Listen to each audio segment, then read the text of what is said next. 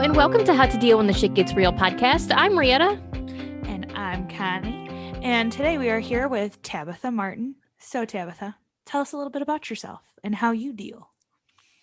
Well, first of all, thanks for having me on today, ladies. My name is Tabitha Martin. I am currently living in Oahu, Hawaii with my husband and our 2 dogs. My husband's in the Navy, so his job takes us all over the world, and for that, I am grateful. I am the proud owner of Warrior Goddess Fitness.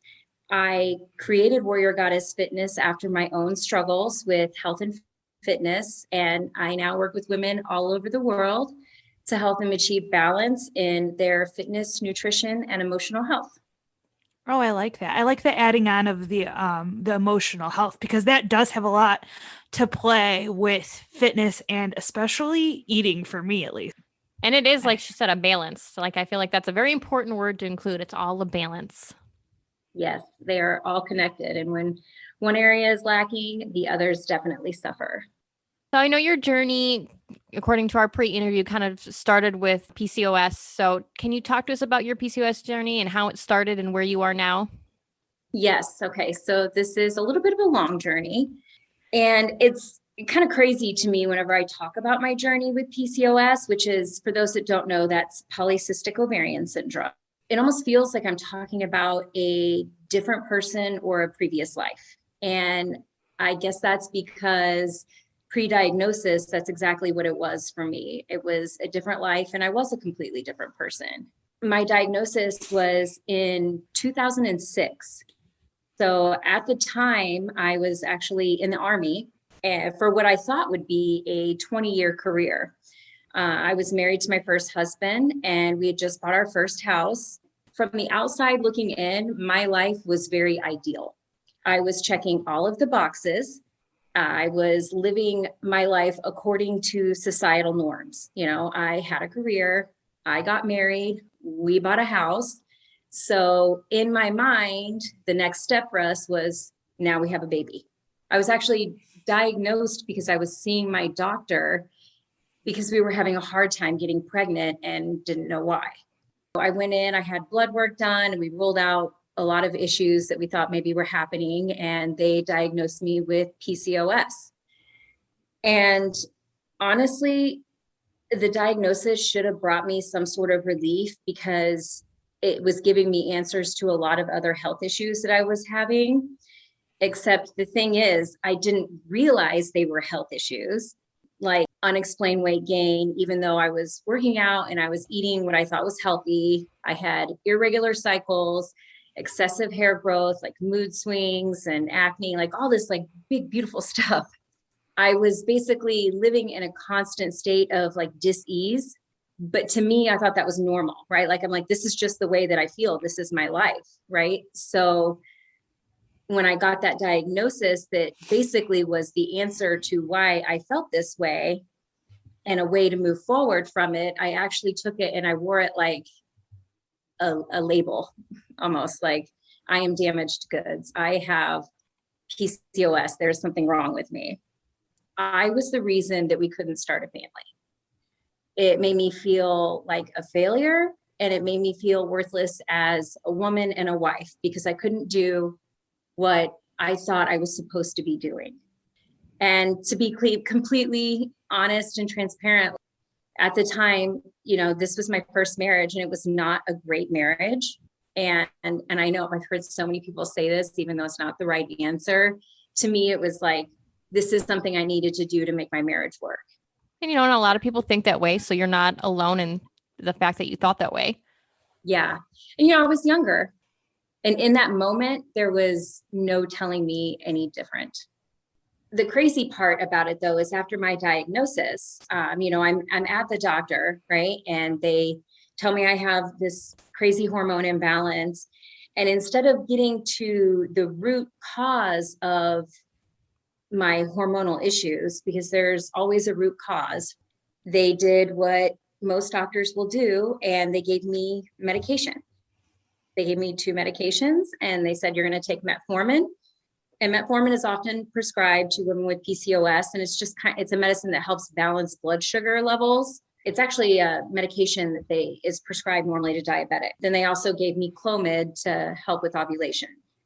Looking back, knowing what I know now about health and wellness, it frustrates me that I wasn't given any guidance to like dig deeper. We just don't know that. We take what we get from a doctor's office. Like we trust what they're giving us.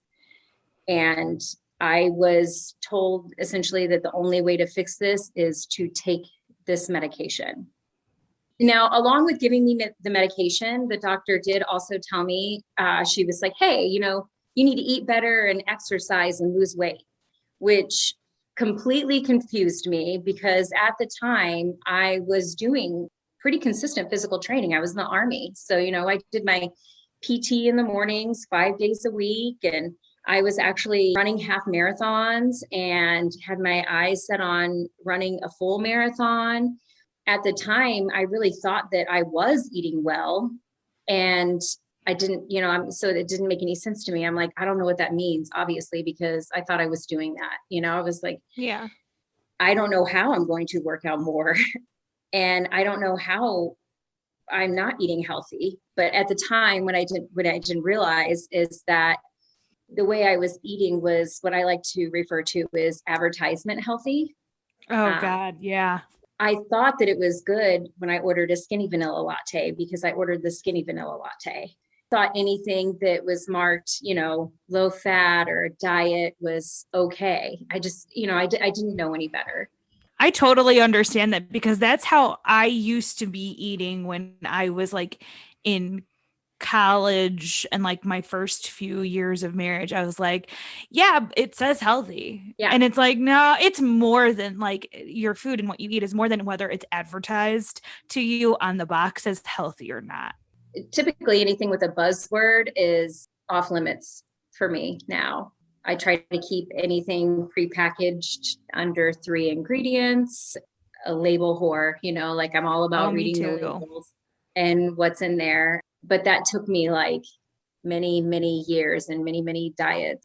So did the medicine lead you on your way to be able to have a baby? Did it help you at all? Or did you have to eventually figure out something else that worked? Well, with the assistance of the medication, I was actually able to get pregnant, which was amazing. And I was so thankful and grateful for.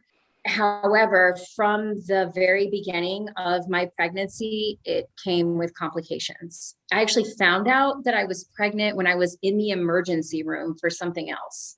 I had gone to the emergency room and they were like, oh, hey, did you know you're pregnant? They always give you a pregnancy test. And I'm just like, my mom was actually visiting. Both my parents were in town. My mom had gone to the emergency room with me. And I was like, I'm pregnant? What? I had no idea. And actually, I was in the emergency room because I fell when I was rollerblading and I thought I might have broken a bone. So didn't break a bone, but I was pregnant. So just from day one, it was very stressful for me because I thought I was in the process of having a miscarriage. Luckily, I wasn't, but I was pretty much almost immediately after the first couple of weeks, like put on bed rest. They just didn't want me moving. I was leaking amniotic fluid and we don't know why. Yeah, we don't know why, but they just were like, you have to stay off your feet. Let me tell you, I don't know if you guys have ever been on bed rest for anything at all, even a cold or a flu. I think I have PTSD from it. Like you cannot keep me in bed because it's a mental struggle because you have this combination of fear, right? Like I have to do everything I can to keep my baby safe. I also am losing my mind just laying here. This was during the era of not Facebook, MySpace. Oh my goodness. Oh yeah. And take it back. let me tell you, I had farm on Farmville because I literally laid in bed and played Farmville. People would send me messages to harvest their crops on Farmville. Like I was the queen of Farmville. Like I think it saved me. Oh my gosh. Yeah, that's a long time to be on bed rest. And for somebody who's super active, like you said, you were in the Army and super active, to go from that to being on bed rest, that's such a drastic change.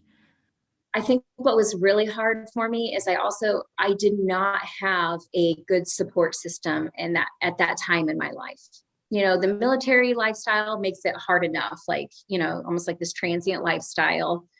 We had lived in the area for a while, but we were both, my ex-husband and I were both service members. So I didn't really have a community that I was connected with, which was hard. My family lived nowhere near that. My family's was in Missouri. And if they could have been there, I know they would have been there sitting with me the entire time. But, that's just not reality. Mm-hmm. And unfortunately, my ex-husband did not quite grasp the importance of bed rest. It was like a constant argument of why I couldn't do more around the house or be there for him, like physically or intimately, like that's insane. It really is. Looking back on it, like older Tabitha is just like wants to shake younger Tabitha. Like, why did you stay and do these things, or why did you even make it this far? It's part of my journey and it's part of who I am. Yeah, it wasn't good. It wasn't like a healthy place for me to be. I was in it. I didn't have a choice, like at that point. Yeah. You were told to be on bed rest. You did it. And so when did your bed rest start? How early was it? I want to say it started like around 4 months, for the 4-month mark. Oh, yeah. That's really early. Yeah. Yeah. Like I said, I was leaking amniotic fluid. So I could literally feel that. Like if I stood up for too long or like walked around, like I knew I'd been on my feet too long because I'd be like, I'm leaking fluid. Did you end up going into labor early then because of it? Yes. First of all, because of the complications, we knew that if I went into labor early, they would be unable to stop it. Like most people, when they go into labor early, if it's too early, they can give you some medicine and like stop the labor. But unfortunately, because of the complications that I had, they wouldn't be able to do that. They would just like, you're going to have to go into labor. It was at 6 months. They moved me into the hospital to be on bed rest because that way they could watch me. Like around 6 months is when potentially if you go into labor, the child can survive. And so they brought me into the hospital for that. And on January 2nd, 2008, I went into labor and I was just right at about 6.5 months pregnant. If it had to happen early, then I'm grateful that it happened whenever it did, because since it was over the holiday timeframe, my parents and my in-laws were actually there. Oh, there you go. It was nice for them to be there and like be part of it and be like supporting, because that's terrible. When you're in that situation, the hospital staff is like very honest with you. We're going to do everything we can, but there's no guarantees. And then, they're like, what we want to do is just keep you from going into labor, keep your stress levels down. And then complications after birth, and I had to be taken directly into surgery. The last thing that I remember is a nurse standing over me and they're, pumping me full of drugs. They're getting ready to put me under. And the last thing I remember is the nurse telling me Trent is doing great. And that's when we named him Trent. And they said, he's doing great. And the next thing I know, I'm waking up and I feel like no time has passed whatsoever. It feels like it's the same nurse standing over me, telling me that I needed to come say goodbye to my son. Oof. Oh my gosh. And it's like in that moment, it's like time stops. Because one, I was super confused. Like in that moment, I had not even processed the fact that I had just had a child. That had not even really processed for me yet. So now they're telling me that I have to say goodbye to him. I just, like that moment, it just feels like time stopped. Honestly, looking back on it, in that moment, I'm always sad for myself, right? I'm like always a little sad. But lately, for some reason, whenever I talk about this, who I find myself really sympathizing for is the nurse that had to stand over me and say those things. Yeah, that's never easy. The pressure of that, or like having to be like, what do we say to this person who's getting ready to go under for surgery? And my complications weren't anything like super life threatening, but I did have to have surgery. Like they had to take me back to surgery. They couldn't wait. But I just couldn't imagine being the person that has to like stand over somebody and tell them like, it's okay. Oh shit, it's not okay. Now I have to tell her this, and it just rough. I'm a little angry with the way it all happened, because like looking back on it, again, it took like many, many years to like process this and get to this point. But I feel like it was unfair of them to ask me to make the decisions that I had to make in those moments, considering I was like coming out of surgery and still out of it and had just gone through, childbirth. Like that's really traumatic, like that's a lot to go through. And they wake me up and take me down to his room, and everybody's in there. And they're like, we need to know if it's okay to shut this off. And if you want to hold him, we have to cut these wires. And I'm like, still not processing everything. It doesn't seem real at all. And I'm having to make these decisions. I don't think that was very fair. Did they even give you a synopsis of what was going on or what happened? Yes. Unfortunately, since I was leaking amniotic fluid, like that's what helps the baby develop, right? So I was really low on fluid pretty much the whole time.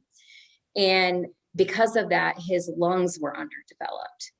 They can deal with underdeveloped hearts. They can deal with underdeveloped brains. They can deal with so much, but they cannot deal with underdeveloped lungs. And they told me, they're like, it is impossible for him to live without this machine. These machines, essentially, we put him on these machines to wait for you. I trusted them and I was like, okay, well, I want to hold him.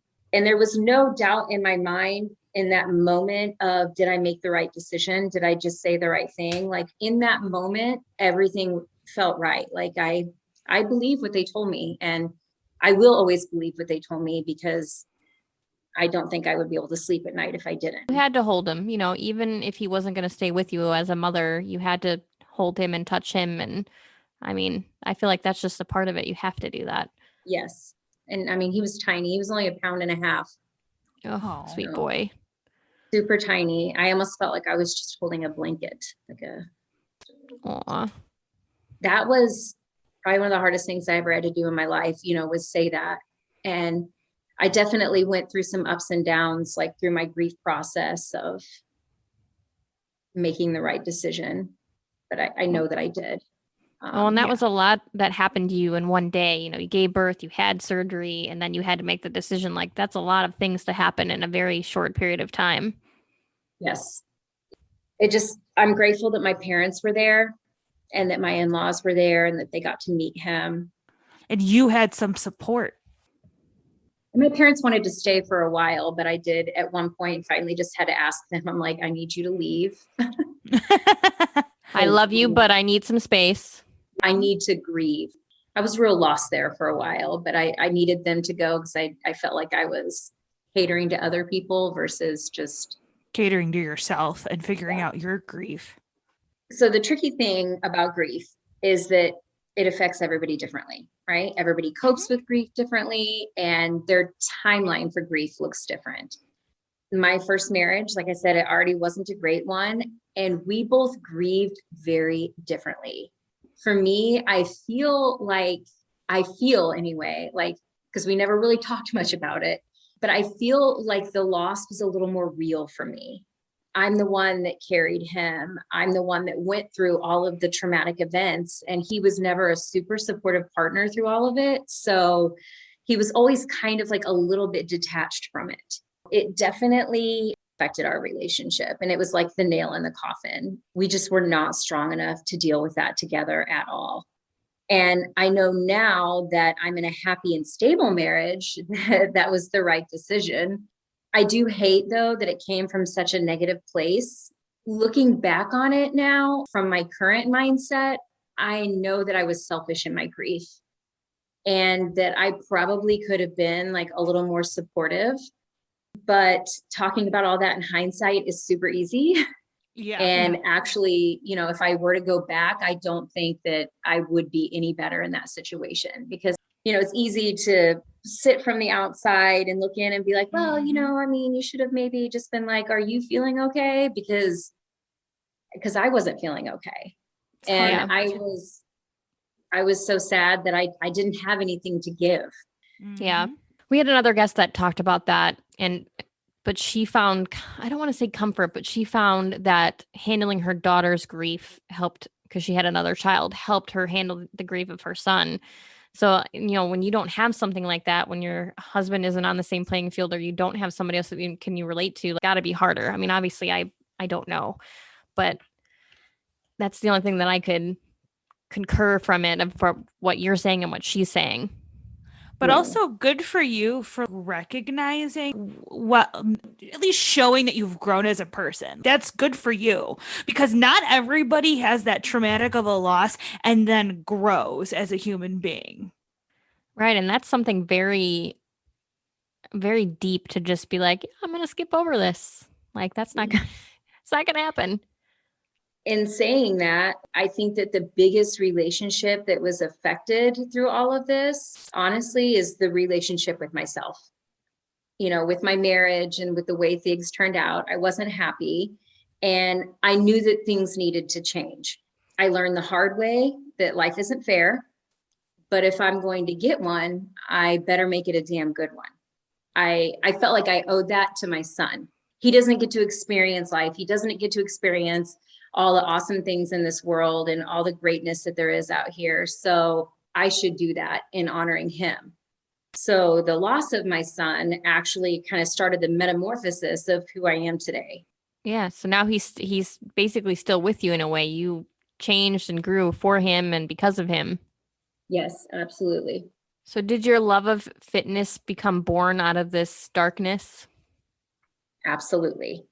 I want to back it up a little bit and talk about how, like during my grieving process, because this is a big part of it. During my grieving process, I was put on antidepressants. Before I talk about antidepressants and my journey with them, I do want to put some emphasis on the fact that this is my journey. And when I talk about this, I don't want anybody to ever feel that I am belittling them or saying, that the antidepressants or medication isn't necessary. There's a time and a place for everything. I'm not speaking out against it. I support people whenever they need to use it. It's just, I approach medication like I approach health and wellness, right? And that's bioindividuality. What works best for you might not work best for me. After Trent passed away, I was obviously depressed. Life didn't make sense. Life wasn't fair. And I was prescribed antidepressants. For me, antidepressants didn't take away the sadness. It just left me feeling kind of numb. And for a short time period after his death, numb was good because there was no feeling good. There was just no way to feel happy or any other emotion. So I took numb. I appreciated numb. And after the loss, I just kind of felt like everything in my life was out of control.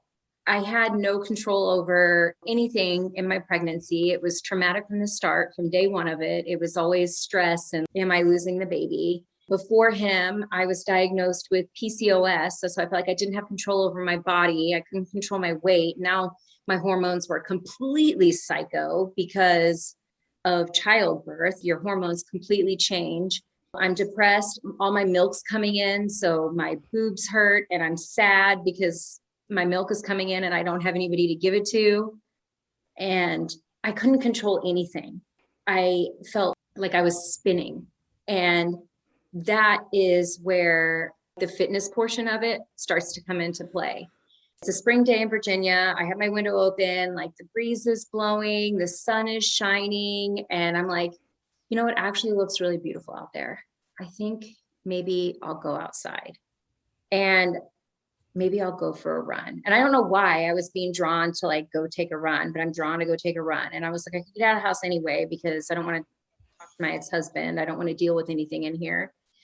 So I went for a run. And after that run, I felt something for the first time in months that was positive and not, negative and damning, like a euphoria, endorphins from working out, the runner's high, whatever you want to call it. It felt good. And I hadn't felt good in so long. I never wanted to look back from that moment. I was like, I never want to not feel this good again. I just decided that I was like, I'm not taking my antidepressants anymore. probably should have talked to my doctor.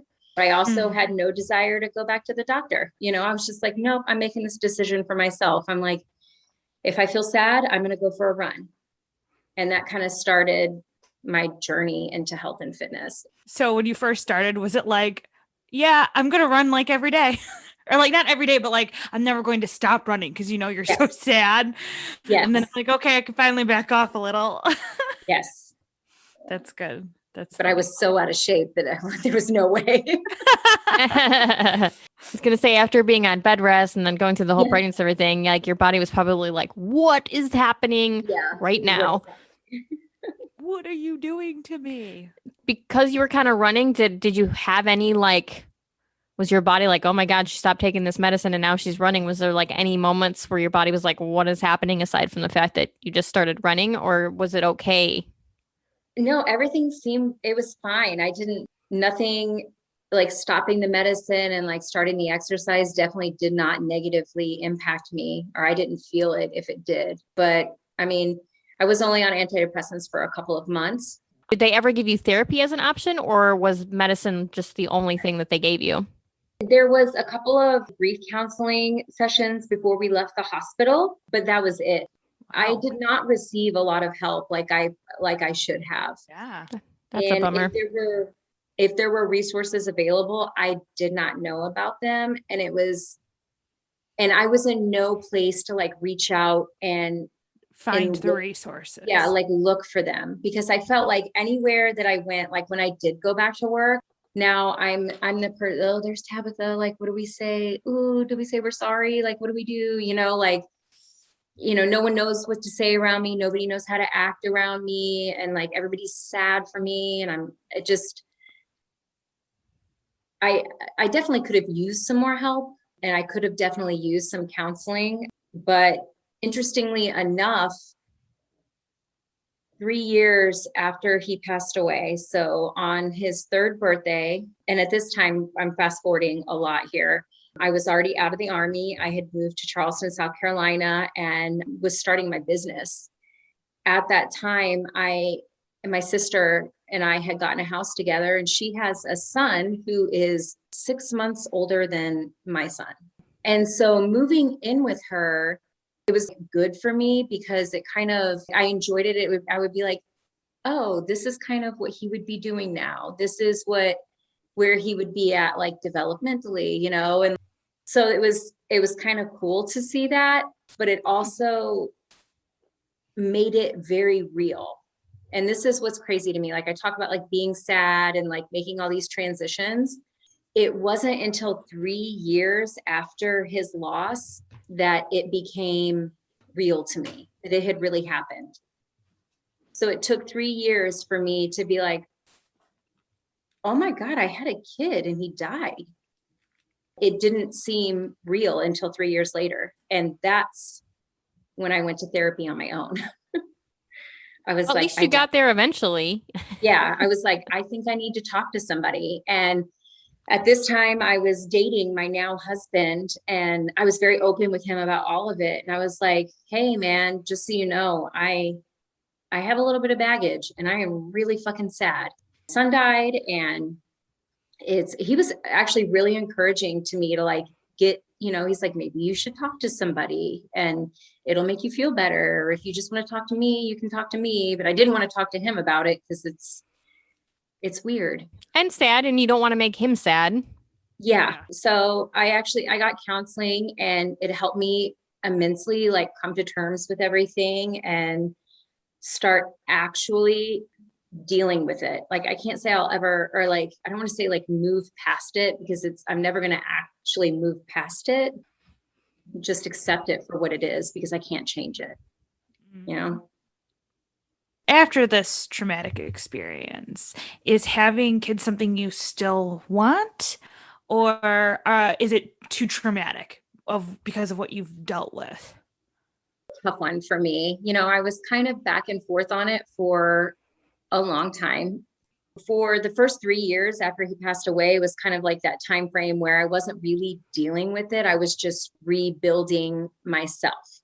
So I didn't really think about it in that time frame. It never even crossed my mind. I think I actually probably like blocked babies out completely for 3 years. And then I'm dating this great guy who's like super supportive to me. And I could see myself like having a family with him. It would cross my mind. Like, I'm like, oh man, we would make some cute babies, and like started having all these thoughts, like, what would we name our kids? So I did start thinking about it. I know that this is going to sound crazy to a lot of people, but I think that I was thinking that way because kind of falling back to my old patterns of I got married, I have a career, I am buying a house, and now I have a baby. I honestly feel like I was wanting to name babies and all that because that's just what society expects us to do. I come from a family where that is very much what you do. I don't think I ever truly wanted children because after we got married, we talked a lot about it. Like, do we want to have kids? We're both, I'm 41 now, but we were, in our 30s, and it's, he's kind of towards the end of his career. I am starting a business. Like, when is a good time? When is too late? Like all of these options, right? Like, how far back do we want to push retirement? What do we want to do for the rest of our lives? Right. And all of these things, we just kind of came to the conclusion of, I don't think we want to have kids. And when we came to that decision together, I honestly felt at peace and no pressure. That's great. And a lot of people are not okay with that. It has been a struggle. People that love us and care about us could not wrap their head around the fact that we're not going to have children. They're like, yeah, but you would make great parents. I'm like, well, of course we would make great parents. Like, we're good people and we're responsible adults, but that doesn't mean it's what we want to do. And Right. It doesn't mean that I love my son any less and that I wouldn't change anything in the world to bring him here and have him here with me now. I can be both of those people. Oh, yeah, absolutely. And it just brought you full circle. You realized what you want now, and you guys are okay with that. And that's all that matters. Yeah. And he has 2 children from a previous marriage that are, they are grown. I feel like I'm a big part of their lives, and I don't feel like, I'm really missing out. His daughter is honestly one of my best friends. We talk on the phone every day. So I sweet. know that there'll be grandkids. I know that I'm not going to miss out on that stuff. And all that matters is that you guys made the decision together and that you're happy, because that's, in the end, all that matters. So moving off the unfortunate events that have occurred in your life, what tips would you offer our listeners about finding a balance between nutrition and fitness? When it comes to nutrition and fitness and emotional health, first of all, what's most important is that people need to understand how they are connected. I want you to think about when you oversleep because you went to bed late, you oversleep, you're having a rough morning, you don't have time to make your breakfast at home. So you're going to go through the drive-through, grab a donut and a coffee. So you eat a terrible breakfast. By lunchtime, you're crashing. So you're having more caffeine in the afternoon. And then you get home from your work day and you're too tired to cook food or work out. So you order Grubhub and have it delivered straight to the door and then sit your ass on the couch all night. All of those series of events have affected each other, right? You ate or you slept poorly. You were in a bad mood in the morning. You ate bad food, so your energy was low and you couldn't work out, right? Like they're all connected. And it turns into this vicious cycle where you just repeat the next day because it's compound. What you want to do is you need to truly sit down and analyze all 3 areas of your life and see what is lacking. Start with your workout.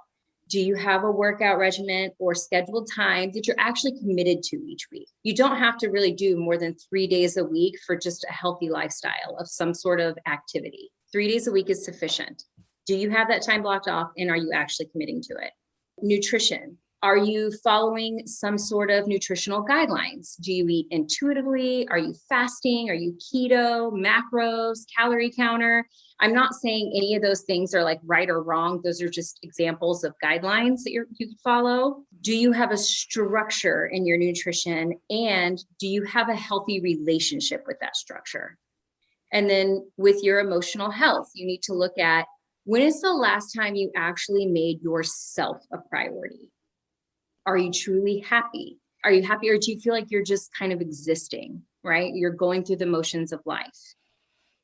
Once you evaluate these three areas and identify where you're lacking, that's when you can start to make the change. And you don't have to change everything at once. I always tell people it's best to change like one small thing at a time.